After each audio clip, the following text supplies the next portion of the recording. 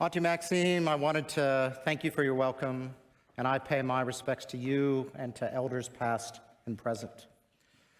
So I'm going to start with 1967, the year I was born, in the state of Montana, USA. This is 4.5 years after the Cuban Missile Crisis brought us as close to nuclear war as we probably ever have known. The Cold War was full throttle, which I never forgot because Minuteman missile silos were in my backyard and all around. The next year, 1968, well, this was a year of great change. Around the world, mass protests broke out, largely by young people. In the US where I lived, but here in Australia, Western Europe, as well as Northern Ireland, Mexico, Brazil, and even within the Soviet bloc, Prague, but also Warsaw in Yugoslavia. The protests were a symptom that young people were not happy with the status quo.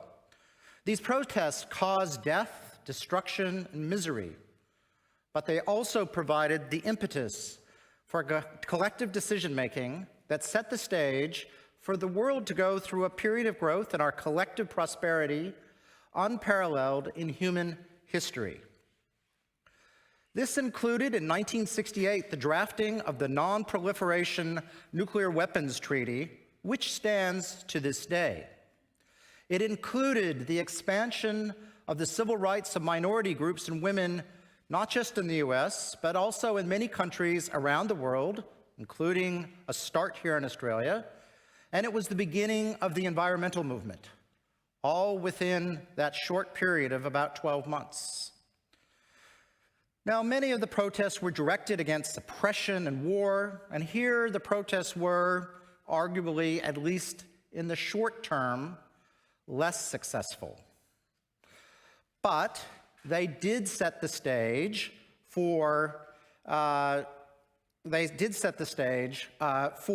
what was a very good rise of democracy in the years that came, as shown in this graph.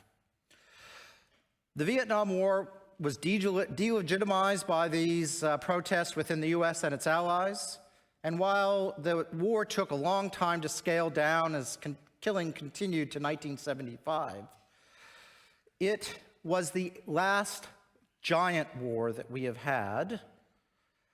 We've had many terrible conflicts since, but the world has largely avoided the massive conflicts that plagued humanity from 1915 to 1975. Now, when I was born in 1967, there were 3.5 billion people on the earth.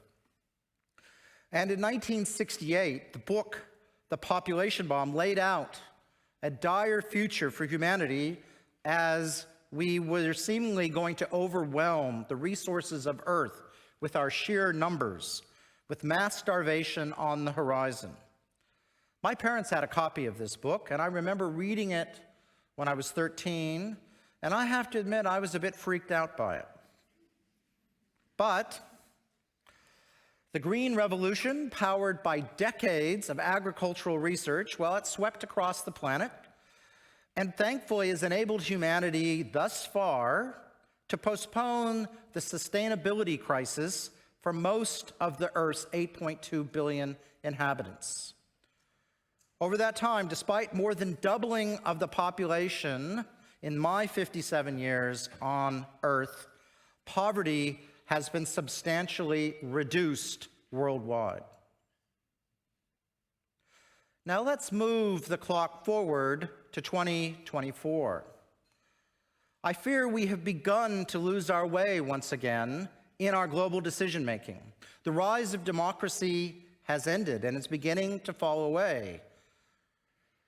If we go through and look at armed conflicts, deaths and armed conflicts have in the last 10 years taken a terrible upturn, with the current wars in the Middle East and Ukraine making news on a daily basis, and the civil wars of South Sudan and Myanmar still happening, although more invisible, with tens of thousands of civilians cruelly dying, with no end in sight and seemingly no will to stop.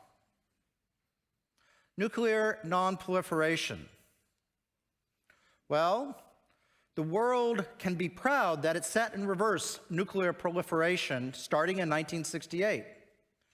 But we have had recent nuclear states emerge, North Korea, but also Pakistan and India, all expanding their arsenals, and now an old state, China, looking to increase its stockpiles to more closely match that of the United States.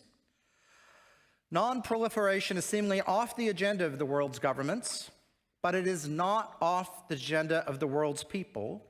And I was very gratified to see the Nobel Peace Prize given this year to Nihon Hidankyo, because indeed, nuclear weapons must never be used again. Global nutritional sustainability is once again under threat.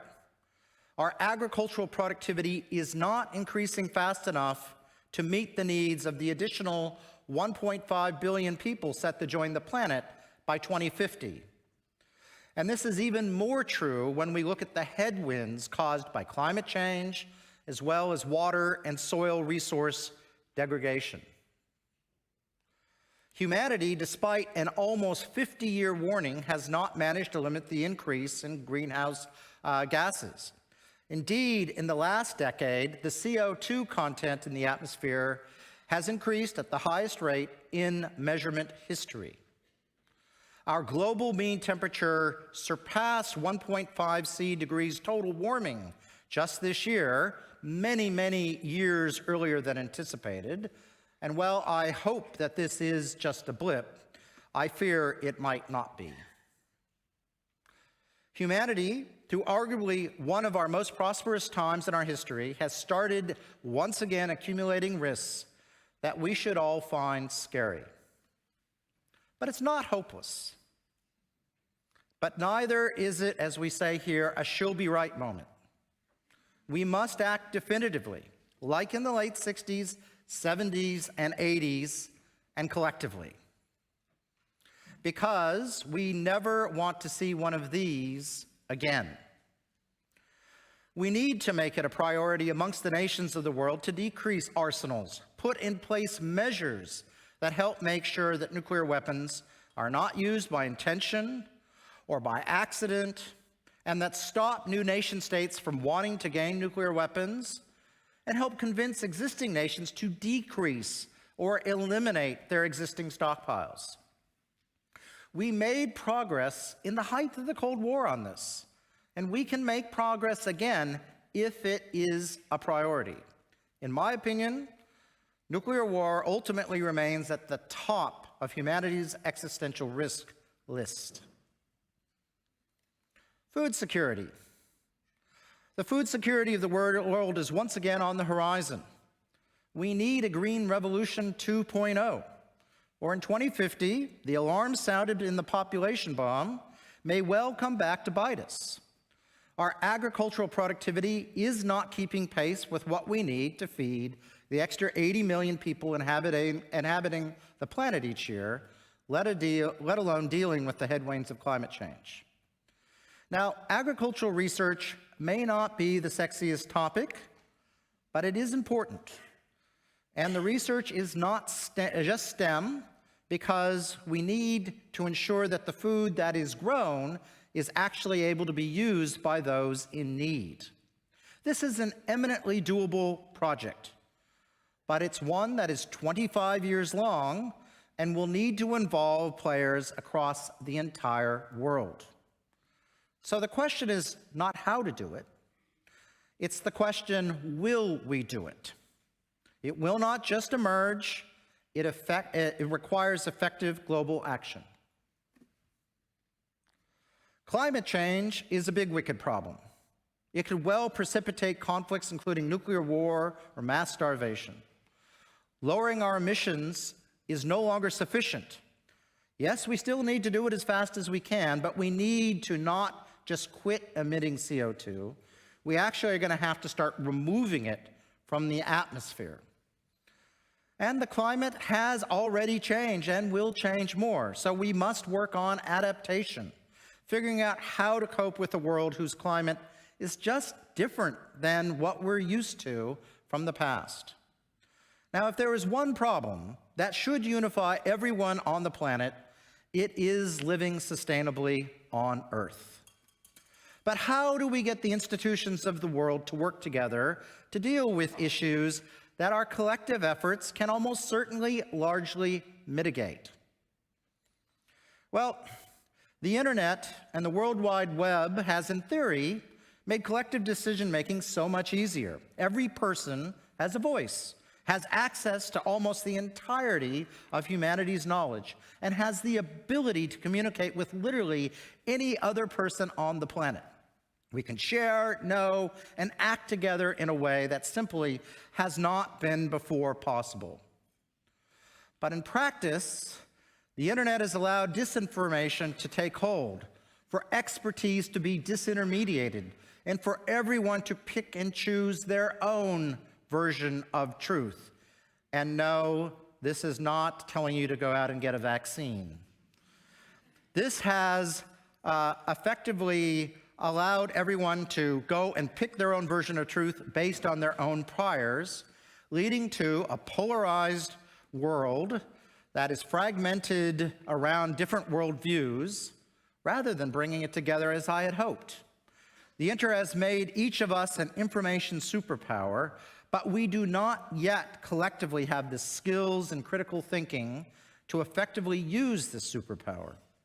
The internet has turned from opportunity to a curse.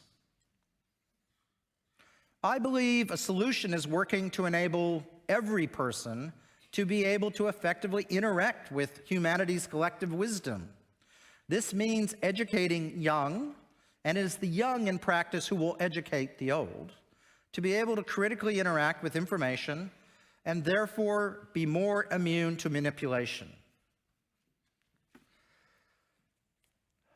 With the rise of generative AI, able to personalize disinformation en masse, regulation is certainly going to be required. Disinformation is a cancer. It's the enemy of humanity. And in the same way that free speech does not allow you to yell fire in a theater, it deserves no protection. If we can control disinformation enabled by the internet and AI, then these tools open the possibility of educating and assisting billions of people to make sensible decisions together. Utopia? Yeah, perhaps yes.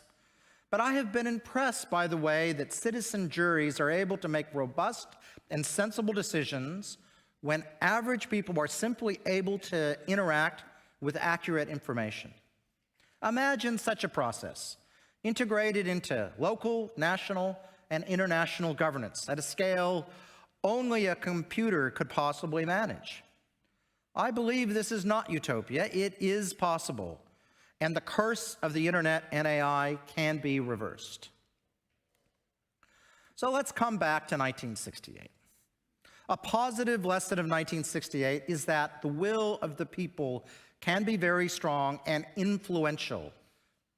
But I live in hope that we can make our voices heard today in a way more peaceful than that time.